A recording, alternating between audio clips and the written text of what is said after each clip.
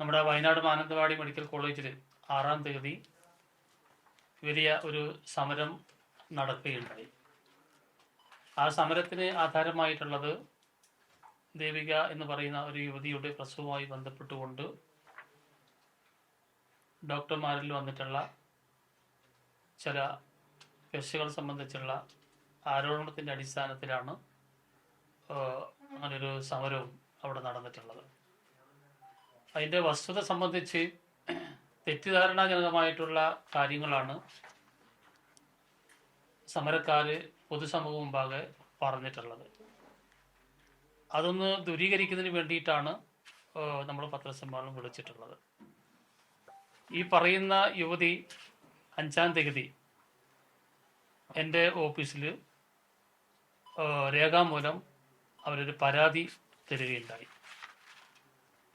ആ പരാതി തന്നെ അവർ എഴുതിയത് വ്യക്തമല്ലായിരുന്നു. പക്ഷെ എൻ്റെ സ്റ്റാഫ് ആ സഹോദരിയും കൂടി അവിടെ ഇരുത്തി ഈ എഴുതിയ കാര്യങ്ങൾ ക്ലാരിഫിക്കേഷൻ വരുത്തി നമ്മുടെ ജീവനക്കാർ തന്നെയാണ്, ഓഫീസിലെ ജീവനക്കാർ തന്നെയാണ് അത് DTP ചെയ്ത് ഒരു പരാതിയുടെ രൂപത്തിലാക്കി സഹോദരിയുടെ കയ്യിൽ കൊടുക്കുകയും അതിനുശേഷം അവർ സൈൻ ചെയ്ത് എനിക്ക് സമർപ്പിച്ചതിൻ്റെ അടിസ്ഥാനത്തിൽ അന്ന് രാത്രി തന്നെ മാനന്തവാടി മെഡിക്കൽ കോളേജ് DMOയ്ക്കും സൂപ്രണ്ടിനും അടിയന്തരമായി അത് അന്വേഷിക്കാനും അതിൻ്റെ റിപ്പോർട്ട് സമർപ്പിക്കാനും ഞാൻ പറഞ്ഞിരുന്നു. അത് പ്രകാരം തന്നെ പിറ്റേ ദിവസം തന്നെ DMOയും സൂപ്രണ്ടും അതിൻ്റെ അന്വേഷണവും മറ്റു കാര്യങ്ങളും ആരംഭിക്കുകയുണ്ടായി. ആ അവസരത്തിലാണ് ഒരു വലിയ ഒരു സമരം മാനന്തവാടി മെഡിക്കൽ കോളേജിൽ ഉണ്ടായിട്ടുള്ളത്.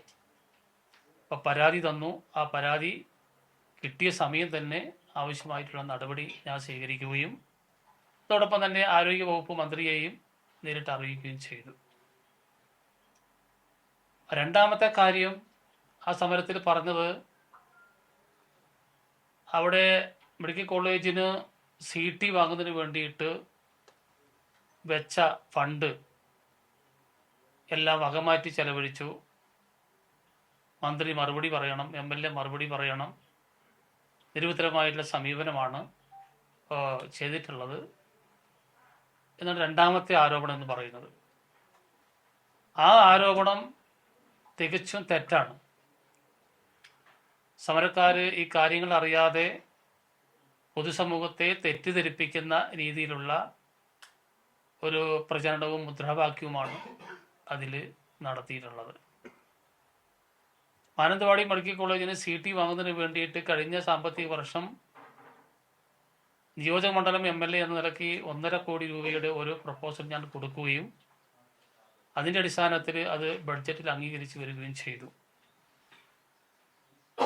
പക്ഷേ നമ്മൾ CT വാങ്ങാനായിട്ട് മുന്നോട്ട് പോയപ്പോൾ 1.5 കോടി രൂപയ്ക്ക് CT ലഭ്യമാവില്ല എന്ന് മനസ്സിലാക്കിയതിൻ്റെ അടിസ്ഥാനത്തിൽ നമുക്ക് വാങ്ങാൻ കഴിഞ്ഞില്ല. പക്ഷേ നവകേരള സദസ്സിൻ്റെ ഭാഗമായിട്ട് ഓരോ നിയോജക മണ്ഡലം MLAയ്ക്കും 7 കോടി രൂപ സർക്കാർ അനുവദിച്ചിരുന്നു. ആ 7 കോടി രൂപ ഉപയോഗിച്ച് നമ്മൾ CT വാങ്ങാനുള്ള നടപടിക്രമങ്ങളെല്ലാം പാലിച്ച് അതിൻ്റെ സപ്ലൈ ഓർഡർ കൊടുത്തിരിക്കുകയാണ്. ഇപ്പോൾ ആ സ്ഥിതി മനസ്സിലാക്കാതെയാണ് CT വാങ്ങുന്നതിന് വേണ്ടിയിട്ട് വെച്ചിട്ടുള്ള ഫണ്ട് വകമാറ്റി പറയുന്നത്. മറ്റൊരു കാര്യം ഉന്നയിച്ചിട്ടുള്ളത് തൊണ്ടർനാട് ഫയർ സ്റ്റേഷൻ നിർമ്മിക്കുന്നതിന് വേണ്ടിയിട്ട് 1 കോടി രൂപ നീക്കി വെച്ചു, അത് വകമാറ്റി എന്നുള്ളതാണ്. അതും തെറ്റിദ്ധാരണജനകമായിട്ടുള്ള കാര്യങ്ങളാണ് അതിലും പ്രസ്താവിച്ചിട്ടുള്ളത്. നമ്മുടെ വയനാട് പാക്കേജിൽ അതിനാവശ്യമായിട്ടുള്ള തുക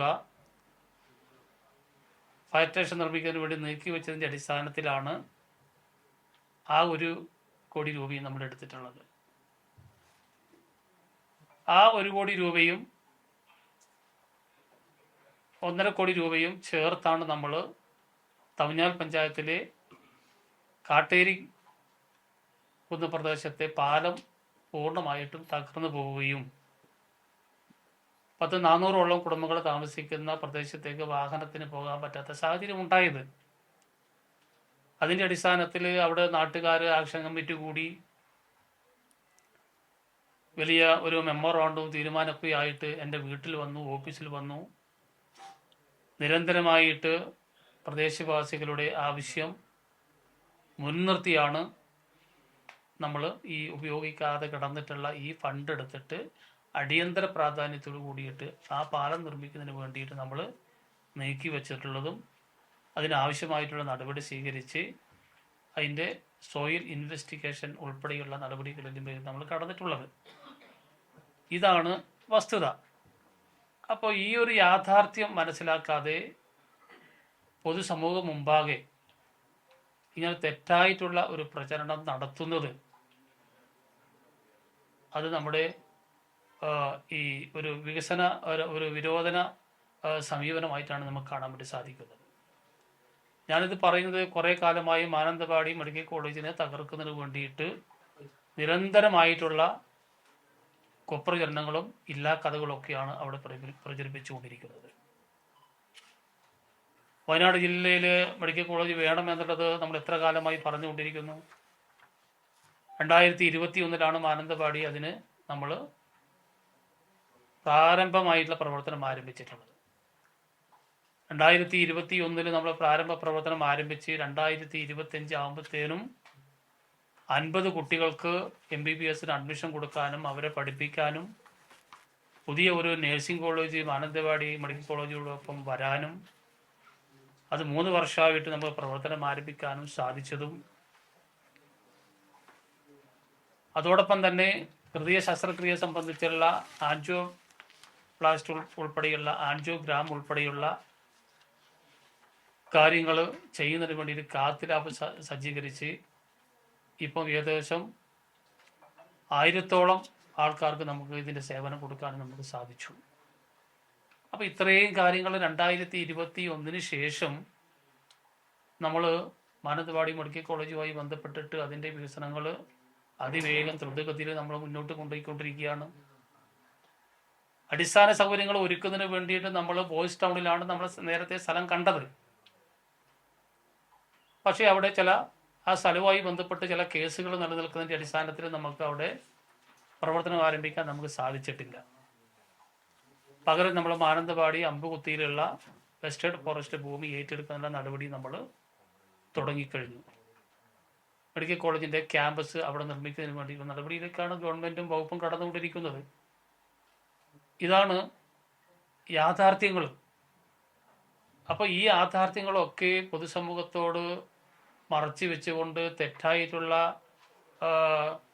രീതിയിൽ ചില നുണപ്രചരണങ്ങൾ നാട്ടിൽ നടത്തുന്നത്, ഞാൻ പറയുന്നത് MLA എന്ന നിലയ്ക്ക്, മന്ത്രി എന്ന നിലയ്ക്ക് എന്നെ അവിടെ കുറേ തെറിയൊക്കെ പറഞ്ഞു. വ്യക്തിഗത ചെയ്യുകയാണ്, ഒരു വ്യക്തിയെ വ്യക്തിഗത ചെയ്യുകയാണ്. അതോടൊപ്പം തന്നെ ഈ വരാൻ പോകുന്ന നിയമസഭാ തെരഞ്ഞെടുപ്പ് മുന്നിൽ കണ്ട് രാഷ്ട്രീയമായിട്ട് കൂടിയാണ് ഈ മെഡിക്കൽ കോളേജിനെ തകർക്കാൻ വേണ്ടി ശ്രമിക്കുന്നത്. ഈ സമരക്കാർക്ക് നേരത്തെ ആംബുലൻസിൽ പ്രസവം നടന്ന കാര്യമൊക്കെ നമുക്കറിയാമല്ലോ. അന്നൊന്നും ഈ സമരം ഇവിടെ നടന്നില്ലല്ലോ. എത്ര സഹോദരിമാരാണ് ആംബുലൻസിൽ പ്രസവം നടത്തിയിട്ടുള്ളത്. തുടർച്ചയായിട്ട് MLA മോശമാക്കുന്നതിന് വേണ്ടിയിട്ട്, ഈ ഗവൺമെന്റിനെ മോശമാക്കുന്നതിന് വേണ്ടിയിട്ട് ചില ശ്രമങ്ങളിലൂടെ നടക്കുകയാണ്. തിരുനെല്ലി ആശ്രമ സ്കൂൾ മന്ത്രിയായി ചുമതല ഏറ്റെടുത്ത ഉടനെ തന്നെ അതിൻ്റെ അപകടസ്ഥിതി മനസ്സിലാക്കി നമ്മൾ മറ്റൊരു സ്ഥലത്തേക്ക് അടിയന്തരമായിട്ട് മാറ്റുന്നതിന് വേണ്ടിയിട്ട് മന്ത്രി എന്ന നിലക്ക് നടപടി സ്വീകരിച്ചു. ആ അവസരത്തിൽ MLA ഓഫീസ് ഇത് മാറ്റാൻ പാടില്ല എന്ന് പറഞ്ഞിട്ടുള്ള സമരം ഈ സമരക്കാർ തന്നെയാണ്. മാറ്റാൻ പാടില്ല, ഒരു കാരണവശാലും തിരുനെല്ലി ആശ്രമ സ്കൂൾ മാറ്റാൻ വേണ്ടി പാടില്ല. വലിയ സമരമാണ് MLAയുടെ ഓഫീസിൻ്റെ മുമ്പിൽ.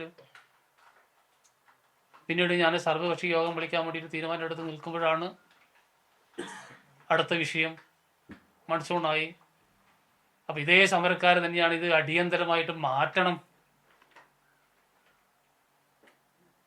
അപ്പം ഇങ്ങനെ ഇത് കാണിക്കുന്നത് ഒരു MLA വ്യക്തിപരമായിട്ട് മോശമാക്കുക, അല്ലെങ്കിൽ രാഷ്ട്രീയപരമായിട്ട് തേജോവധം ചെയ്യുക, മാനന്തവാടിയുടെ പൊതുവായിട്ടുള്ള വികസനത്തെ തടസ്സം വെക്കുന്ന രീതിയിലുള്ള ചില കാര്യങ്ങളാണ് ഈ കുറേ നാളുകളായിട്ട് ഈ മാനന്തവാടി നടന്നുകൊണ്ടിരിക്കുന്നത്.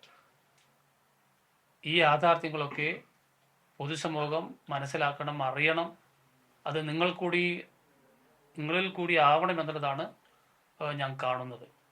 അതുകൊണ്ടാണ് നമ്മൾ ഇങ്ങനെയൊരു അടിയന്തര പത്രസമ്മേളനം വിളിക്കാനുണ്ടായുള്ള സാഹചര്യം.